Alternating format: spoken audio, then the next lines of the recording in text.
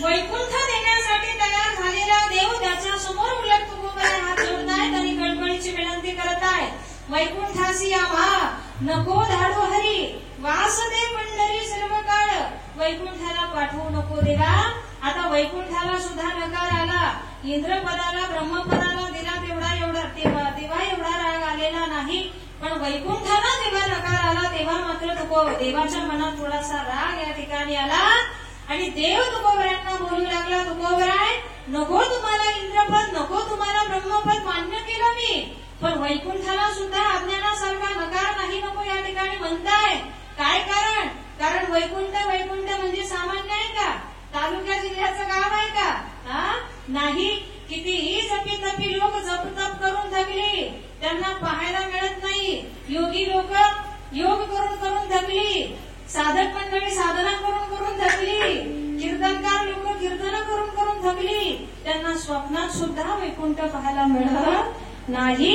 असं दुर्मिळातलं दुर्मिळ असलेलं वैकुंठ मी माझ्या स्वतःच्या हातानं तुम्हाला देऊ करतोय, तर खुशाल अज्ञानासारखे नाही नको म्हणताय. देवाला आलेला थोडासा रागवलेला चेहरा पाहिल्यानंतर तुकोबरायांना हसू आलं. देवा कमीत कमी हे वैकुंठ कसं आहे, काय आहे हे माझ्या पुढे सांगण्याचा शहाणपणा तू करू नको, कारण हे वैकुंठ त्याच्या गप्पा ह्या तुझ्याकडेच राहू दे, माझ्या पुढे करू नको, कारण ते वैकुंठ कसं आहे, काय आहे हे मला चांगल्या पद्धतीनं माहिती. आम्ही वैकुंठवासी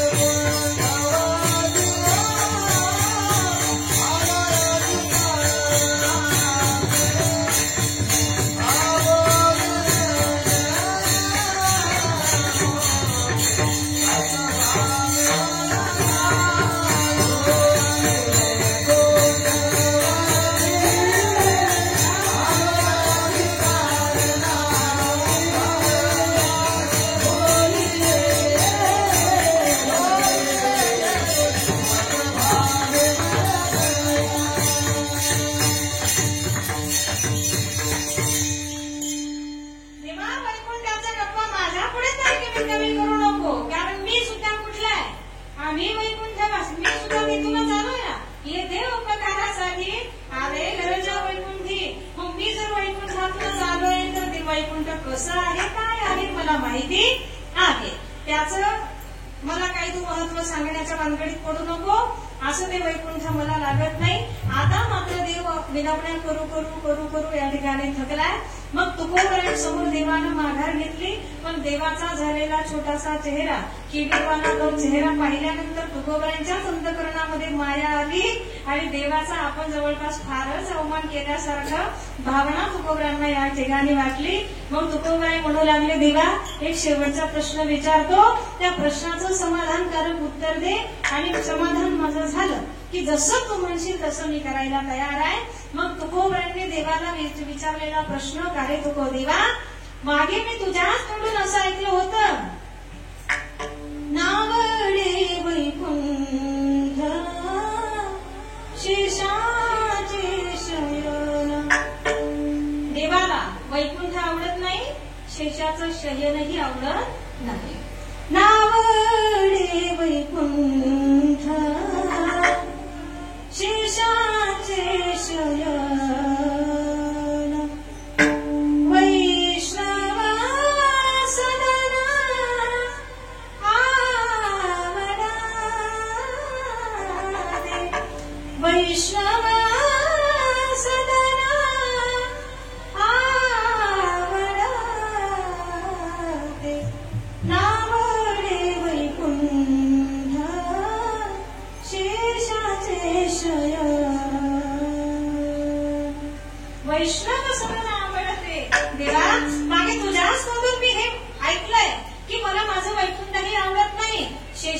शयनही आवडत नाही. मग देवाला काय आवडतं? नवे नवे तर या सुखा कारणे देव वेडा मला वैकुंठ सोडून संत सदनी राहिला. त्याचं असलेलं वैकुंठ जे तुकोबरायांना आग्रह करतोय की घ्या घ्या घ्या घ्या, हे असलेलं त्याचं स्वतःचं वैकुंठ जर देवा तुलाच आवडत नाही तर मला तुला तिथे पाठवून नेमकं करायचं तरी काय आहे? मला ते वैकुंठ मला सुद्धा आवडत नाही. मग भक्तांचा देवाचा एवढा गोड संबंध या ठिकाणी सांगितलाय. मग देवा तुझं वैकुंठ तुलाच आवडत नाही, तुला जर वैष्णवांचं सदन आवडतंय, हरिदासांचं घर या ठिकाणी आवडतंय, तर देवा आजपासून एक नियम तुझ्यात आणि माझ्यात असा की जिथे तू राहणार तिथेच मला सुद्धा राहायचं आहे.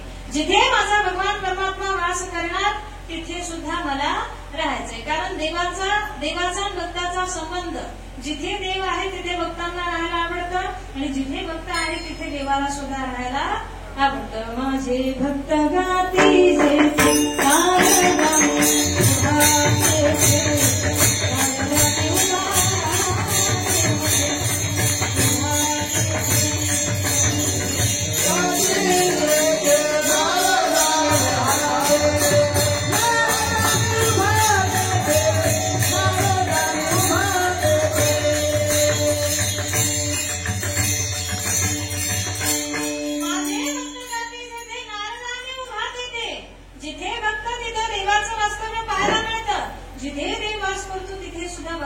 वास्तव्य या ठिकाणी पाहायला मिळतं. एरवी सर्वांच्या हृदयात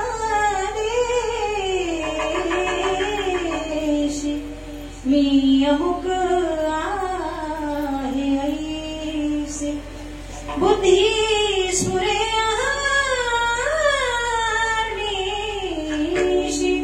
ते वस्तू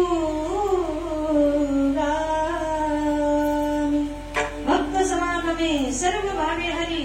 त्यांच्या समागमामध्ये भगवान परमात्मा वास करताना आम्हाला पाहायला मिळतो.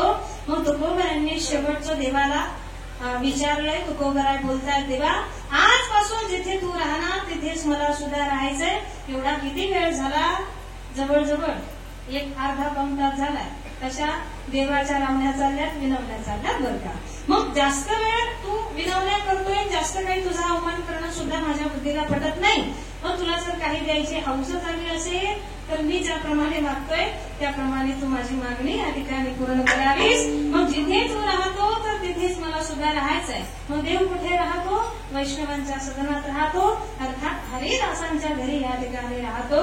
मग तुकोबरायांनी गोड अशा पद्धतीची मागणी केली, देवा अशा या हरिदासांच्या घरी जर तुझा वास असेल तर माझा सुद्धा पुढचाच नाही तर इथून पुढचे जेवढे काही जन्म असतील ते सगळेच्या सगळे जन्म अशाच हरिदासांच्या घरी होऊ दे. अभंगाचं कथन हरिदासाची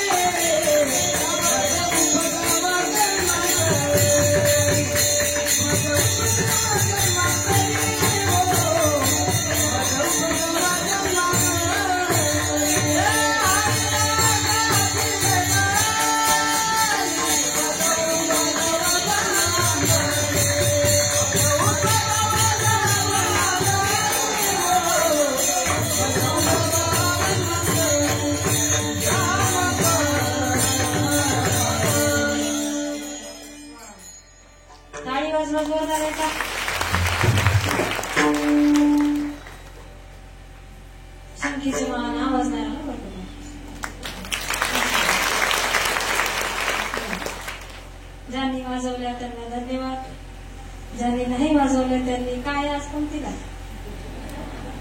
काय आज?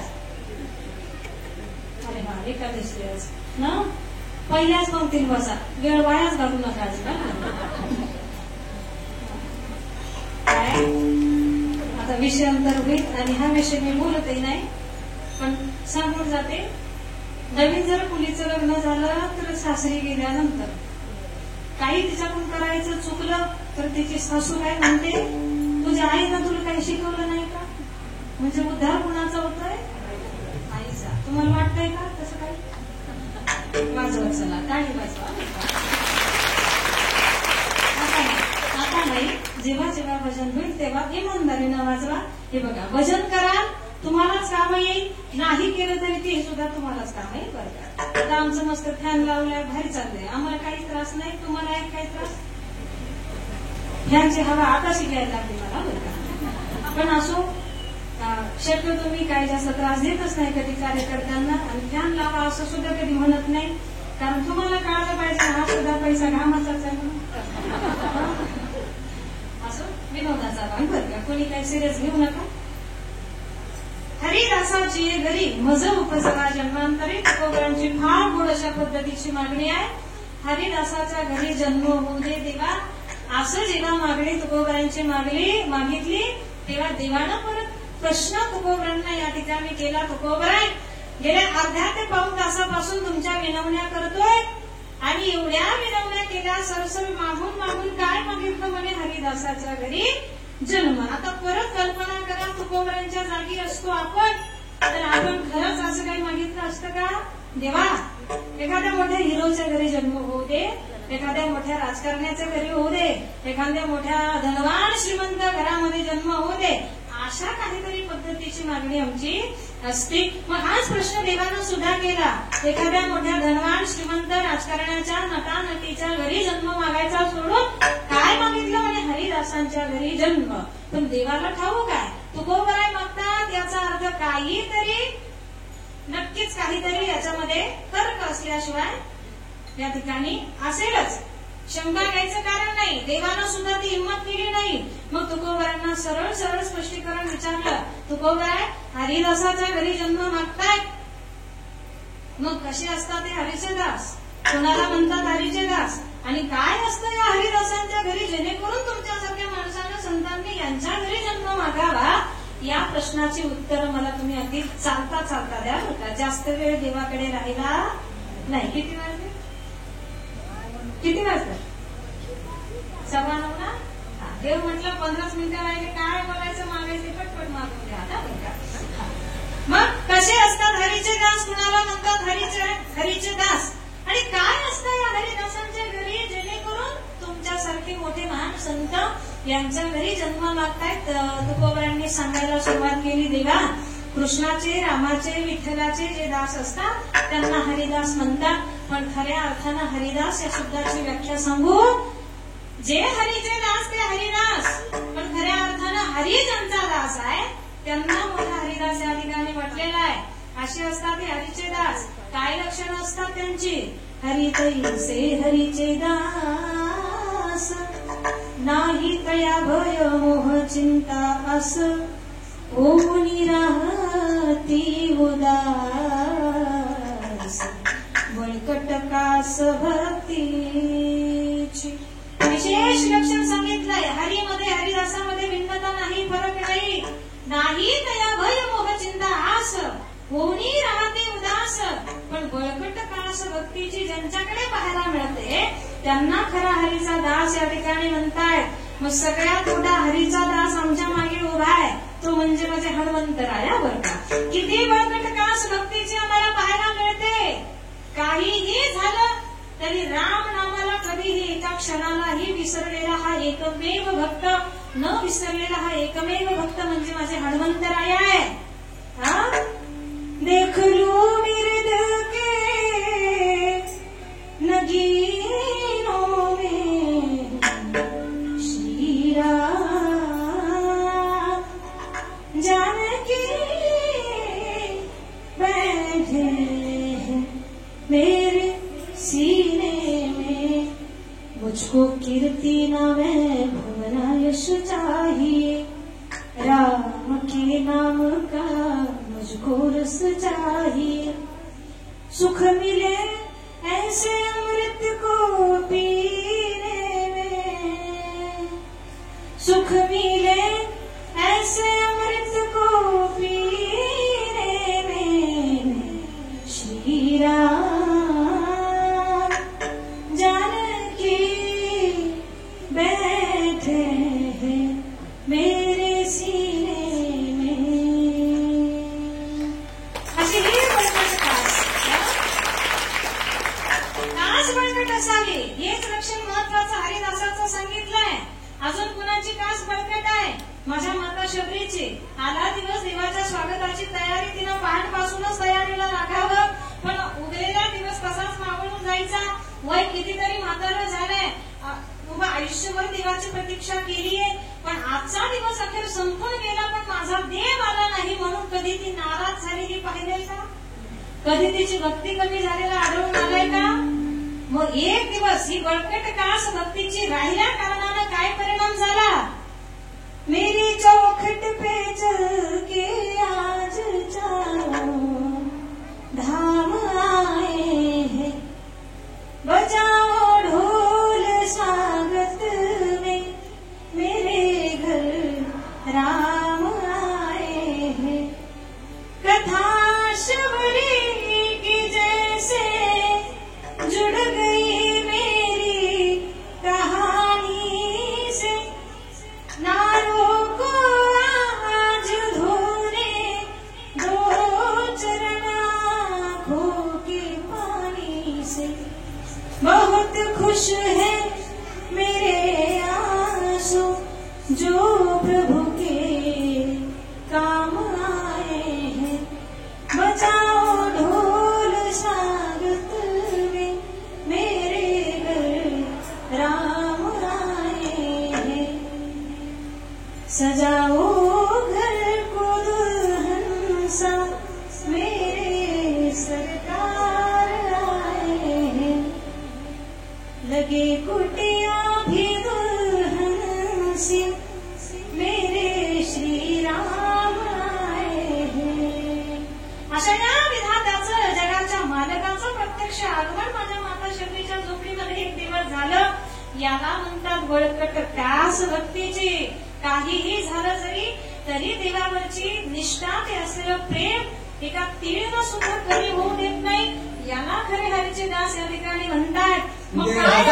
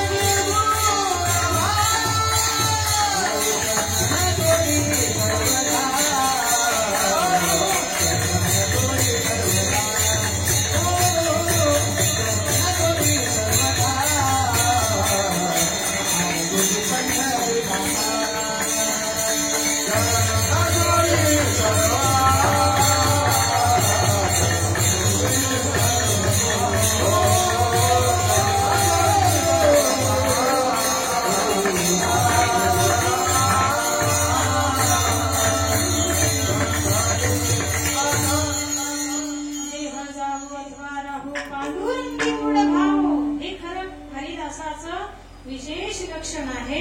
मग देवानं विचारलं काय असतं तुकोबराय, तेव्हा माझे तुकोबराय सांगू लागले, वैष्णवानरी सर्व काळ सदा जनजनती डाळ, कण्या भाकरीचे खाणे, गाठी राम नाम नाणे सदा